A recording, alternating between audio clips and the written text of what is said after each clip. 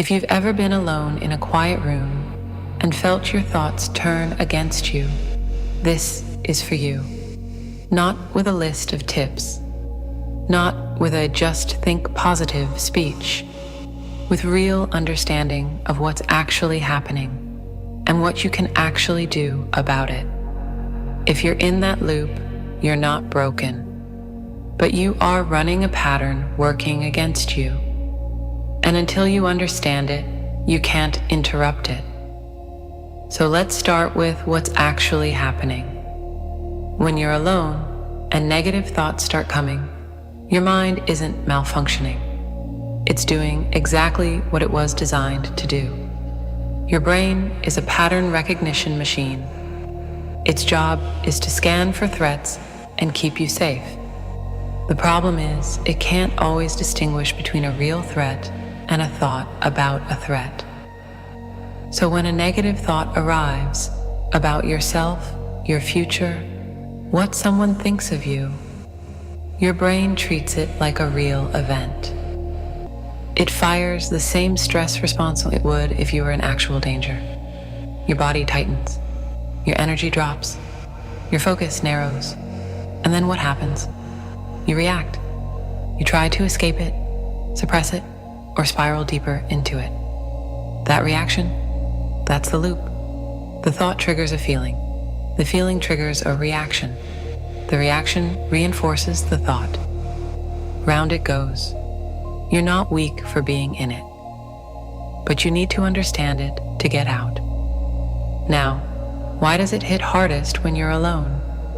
Because when you're busy, around people, surrounded by external noise, your attention has somewhere else to go.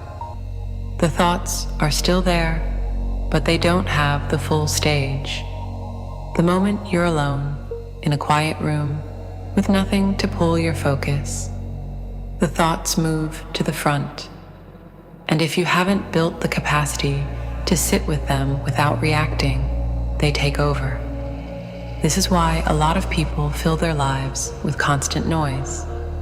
Not because they enjoy it, but because stillness feels dangerous when your inner world is hostile. The flint mind is clear. Your mind is your most powerful tool. But if you haven't taken control of it, it runs on autopilot, driven by old patterns and the loudest thoughts in the room. When you're alone, the loudest thoughts are the negative ones. And here's where it gets deeper. Negative thoughts aren't just uncomfortable. Over time, they start to shape how you see yourself. Think, I'm not good enough times, and your brain starts filing it as fact, not as a thought, as identity. And once something becomes identity, you stop questioning it. You start living in accordance with it. You make decisions from that place. You avoid things that contradict it. You unconsciously confirm it. This is what the flint mind calls the inner voice problem. Your inner voice determines what you believe you're capable of and how you respond when things get hard. If that voice is running unchecked, telling you you're not enough, things won't work out. You're behind. It's not just affecting your mood. It's affecting your entire trajectory. This is why you can't just ignore negative thoughts. You have to actively challenge them. Most people try to fight them by suppressing them, by telling themselves to stop thinking like that, by forcing positivity over the top. None of that works long term. Suppression is like pushing a beach ball underwater. You can hold it down for a while, but the moment you let go, it comes back harder. There's a psychological phenomenon called the rebound effect. The more you try not to think about something, the more your brain focuses on it. And forced positivity without substance is just noise. Your brain knows the difference between a genuine belief and a hollow statement. What actually works is changing your relationship with the thoughts and then deliberately replacing them. Here's the shift the flint mind is built on. Your thoughts are not facts. They feel real. They feel urgent. They feel like truth. But a thought is just your brain generating a prediction, a pattern, an interpretation. It is not objective reality. You have thousands of thoughts a day. Not all of them deserve your attention. Not all of them are accurate. The ones you engage with, the ones you repeat, those are the ones that shape you. You are not obligated to follow every thought your brain produces. You decide which thoughts get airtime. When a thought arrives, you have a choice. You can follow it, or you can redirect to its empowering opposite. I'm not good enough becomes, I'm in the process of becoming better. That's what this is. I'm going to fail becomes, I don't know the outcome yet. Not trying guarantees nothing. Everyone else is ahead of me becomes, my path is mine. Comparison is a distraction from building. This isn't toxic positivity. This is choosing the thought that serves your growth over the thought that confirms your fear. Both thoughts exist. You choose which one you act from.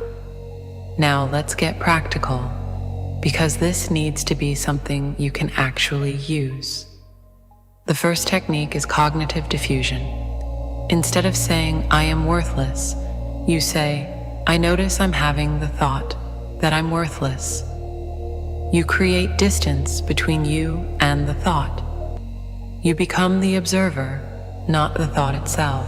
It immediately reduces the emotional charge. You're no longer inside the thought, you're watching it.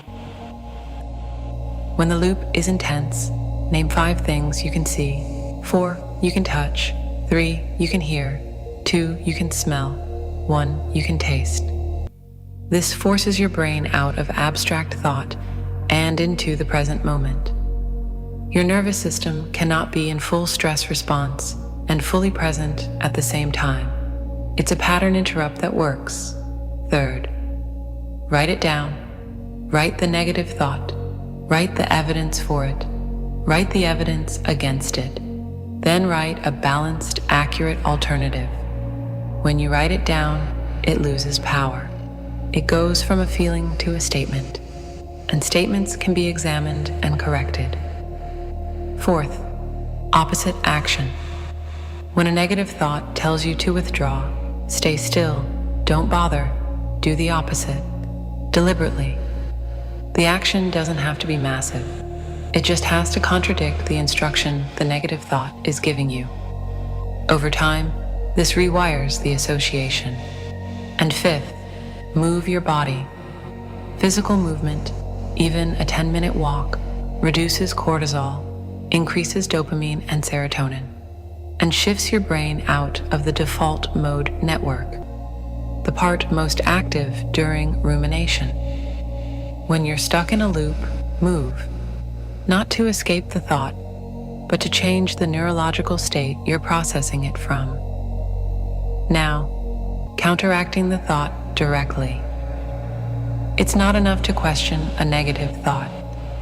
You have to replace it with something specific and opposite that your brain can actually hold on to. If the thought is, I always mess things up, the counter isn't, I'm amazing. That's too far for your brain to accept. The counter is, there are specific things I've done well. I can name them, and I can learn from what went wrong.